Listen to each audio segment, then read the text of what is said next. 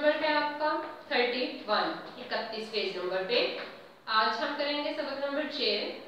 अहम अल्फाज जो इसके थे उसके मैंने मीनिंग्स लिख दिए हैं और कुछ मैंने आपकी बुक में से भी लिए हैं, आपके लेसन में से भी, ताकि आपको पता चले। और इसके अलावा भी आपको भी दिया जाएगा होमवर्क ताकि आप भी उनके मीनिंग्स लिखें।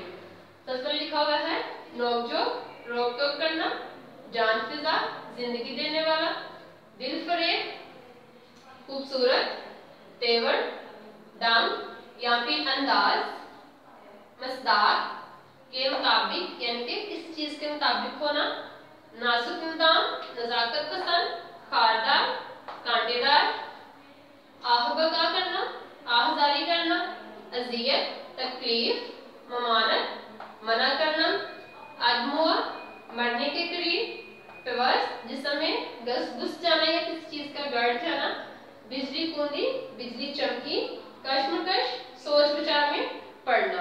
ठीक है, ये मुश्किल अल्फाज थे आपकी बुक में दिए हुए, उसके मीनिंग मैंने लिख दिए हैं।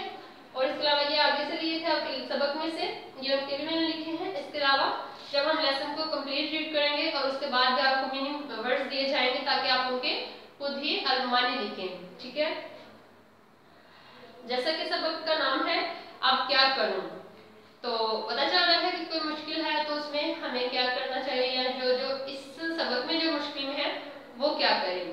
क्लियर है?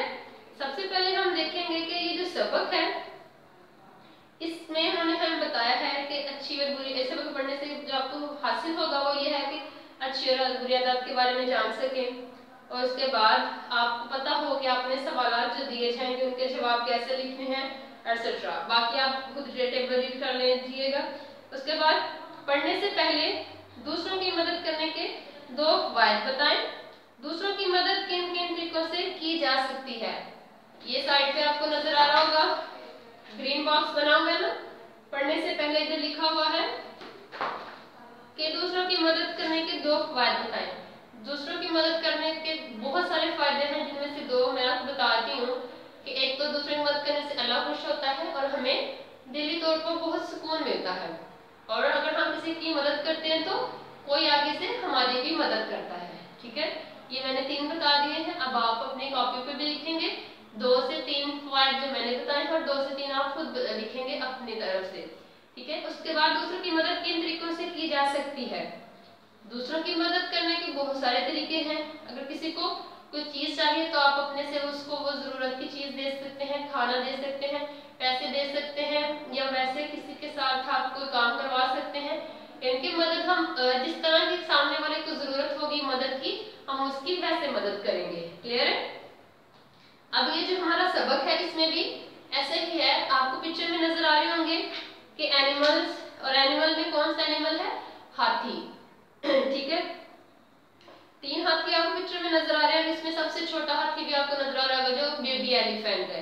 ठीक है, उसका नाम इसमें गट्टू है। ठीक है, अब ये जंगल में रहते हैं, अपने माँ बाप के साथ रह रहा होता है। इसको बहुत शौक होता है, इसने सुना होता है किसी से कि जब चांदनी रात होती है तो आसमान से परियां उतरती हैं। ठीक है, हम अक्सर बचपन में अपने बच्चों को या छोटे बहन भाई को ये कहानियां बताते हैं, सुनाते भी हैं ऐसी परियों की। तो उसने भी किसी से सुन रखा है कि जब चांदनी रात होती है, आसमान पर चांद सितारे नजर आते हैं तो उस वक्त परियां उतरती हैं। उसको बहुत शौक होता है कि वो भी ये मंजर अपनी आंखों से देखे, लेकिन उसकी माँ ने उसे मना किया होता है कि वो घर से रात के वक्त बाहर नहीं जा सकता। तो एक दिन वो क्या करता है, मौका देखकर अपने घर से वो निकल जाता है जब चांदनी रात होती है, अपनी माँ को और बाप को बताए बगैर। अब जब वो जाता है तो चांदनी रात होती है तो वो बड़ा खुश होता है, हर तरफ चांद सितारे नजर आ रहे होते हैं। चांदनी रात आपने भी अक्सर देखा होगा कि बहुत रोशनी होती है, हर तरफ हर चीज बहुत वाज़ेह नजर आती है। तो पास ही झील होती है तो वो उसमें व्यक्स नजर आ रहा होता है, तो वो झील में छलांगे लगाता है, कभी वो उसमें लहरों के साथ खेलना शुरू कर देता है, तो कभी बाहर आके इधर उधर कूदना शुरू कर देता है। वो बहुत इंजॉय कर रहा होता है इस मंजर को। अचानक क्या होता है, मौसम बदल जाता है, चांद सितारे जो है वो बादलों में छुप जाते हैं और तेज बारिश शुरू हो जाती है, बिजली चमकने लग जाती है, बादल गरजना शुरू हो जाते हैं। परेशान हो जाता है और अचानक ही वो खौफजदा भी हो जाता है कि अब वो क्या करे। जैसा कि हमने लेसन पढ़ा था, इसका जो सबक का अनवान था वो क्या था, अब क्या करूं। अब देखिए वो मुश्किल में आ गया है। एक तो पहली बात, उसने अपनी मम्मी को, अपने अब्बू को, अपने पेरेंट्स को मतलब नहीं बताया कि वो घर से बाहर जा रहा है। अब वो मुश्किल में है, कोई मदद को भी नहीं आएगा। खुद को बचाने के लिए वो क्या करता है, गार में छुप जाता है। गार जो पत्थरों के बने होते हैं, ठीक है। अब जंगल में वो गार में छुप गया तो उसे नहीं पता होता अंधेरे में कि गार के अंदर कांटेदार झाड़ियां भी हैं। जैसे ही वो गार के अंदर जाता है तो एक नई मुसीबत में फंस जाता है, क्योंकि वहां पे कांटेदार झाड़ियां थी। अब वो कांटेदार झाड़ियां जो है उसके जिस्म में बस तोड़ी है। मीनिंग लिखा हुआ है जिस्म में घुस जाना। शदीद तकलीफ में वो खुद को वहां से निकाल भी नहीं सकता कि अब वो क्या करे। जैसे तैसे करके सुबह होती है, रात का अंधेरा खत्म होता है। जब सुबह होती है तो वो देखता है, हो सकता है कि अब तो मेरी मदद को यहाँ पे आ ही जाए। उसके करीब से एक और हाथी का बच्चा गुजरता है, कट्टू बेगम जिसका नाम है, इस कहानी में आएगा उसका जिक्र भी। तो वो उसको अपनी मदद के लिए बुलाता है, तो आगे से कहती है कि मैं तुम्हारी मदद नहीं कर सकती, मैं बहुत ही नाजुक नादाम हूँ, यानी कि मैं बहुत ही इनोसेंट सी या इस तरह से कह रहे कि नाजुक हूँ, मुझे ये कांटेदार झाड़ियाँ चुभेंगी तो मैं जख्मी हो जाऊंगी और मैं खुद को तकलीफ में नहीं पहुंचा सकती। अब वो वहां से चली जाती है, तो उसके जाने के बाद एक हिरन का बच्चा वहां से गुजरता है। उसको कहता है कि मेरी मदद करो। वो उसे कहता है मैं तो बहुत छोटा हूँ, ये कांटेदार झाड़ियाँ मुझे नुकसान पहुंचाएंगी, मैं ऐसा करता हूँ, मैं तुम्हारे लिए किसी और को मदद के लिए भेजता हूँ। तो वहां से चला जाता है। हाथी का बच्चा जो गट्टू है वो बहुत मायूस हो जाता है कि अब वो यहाँ पे ही मर जाएगा, कोई इसको बचाने के लिए नहीं आएगा। अब जब थोड़ी देर और गुजरती है तो वहां से एक छोटा खरगोश गुजरता है। वो जब देखता है कि ये छोटा सा हाथी जो है वो यहाँ पे तकलीफ में है और मरने के करीब है, तो वो फौरन से भाग कर जाता है, अपने दूसरे साथियों को लेकर आता है और वो सब आकर बगैर इस चीज की परवाह किए कि ये कांटेदार झाड़ियां जो है ये उसे नुकसान पहुंचाएंगी, तो वो क्या करते हैं, उनको उस बच्चे को वहां से निकालने की पूरी कोशिश करते हैं और इस कोशिश में कामयाब भी हो जाते हैं और वो उसे वहां से निकाल लेते हैं। और वो हाथी का बच्चा जो वो गट्टू है वो उनका शुक्रिया अदा करता है कि तुम लोगों ने मेरी इतनी मदद की, तुम लोगों का बहुत शुक्रिया।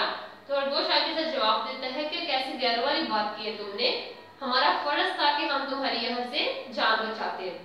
और वो उन्हें कहता है कि जब कभी तुम लोगों को किसी मुश्किल में देखूंगा तो मैं जरूर मदद करूंगा। कुछ माह गुजरते हैं तो क्या होता है, एक दिन बहुत तेज धूप होती है, हर तरफ ऐसे जैसे आग लगी हुई है और थोड़ी देर गुजरने के बाद सारे जंगल में आग फैल जाती है, क्योंकि अक्सर जब तेज धूप में घास होती है तो वहां पे ऐसी कोई चीज अगर हो तो तेज धूप की वजह से आपको पता आग लग जाती है। तो वहां पे आग लग जाती है, हर तरफ जानवर एक दूसरे को बचाने के लिए, अपनी जान को बचाने के लिए भाग रहे होते हैं। सब जब वहां से निकल होते हैं तो वहां से वो एलिफेंट जो छोटा हाथी का बच्चा था वो भी अपने माँ बाप के साथ गुजर रहा होता है। वो देखता है कि एक दरख्त के नीचे खरगोश है वो बचाओ बचाओ कह रहा है, यानी कि वो मुश्किल में है और उसको मदद की जरूरत है। छोटा हाथी अपनी सूंड के साथ उस दरख्त को पीछे हटाने की कोशिश करता है लेकिन वो कामयाब नहीं होता। तो उसका बाप देखता है कि सारा मंजर, तो आगे जाता है और अपने सूंड से उस दरख्त को उठाकर साइड पे एक ही वार में फेंक देता है, क्योंकि वो बड़ा है।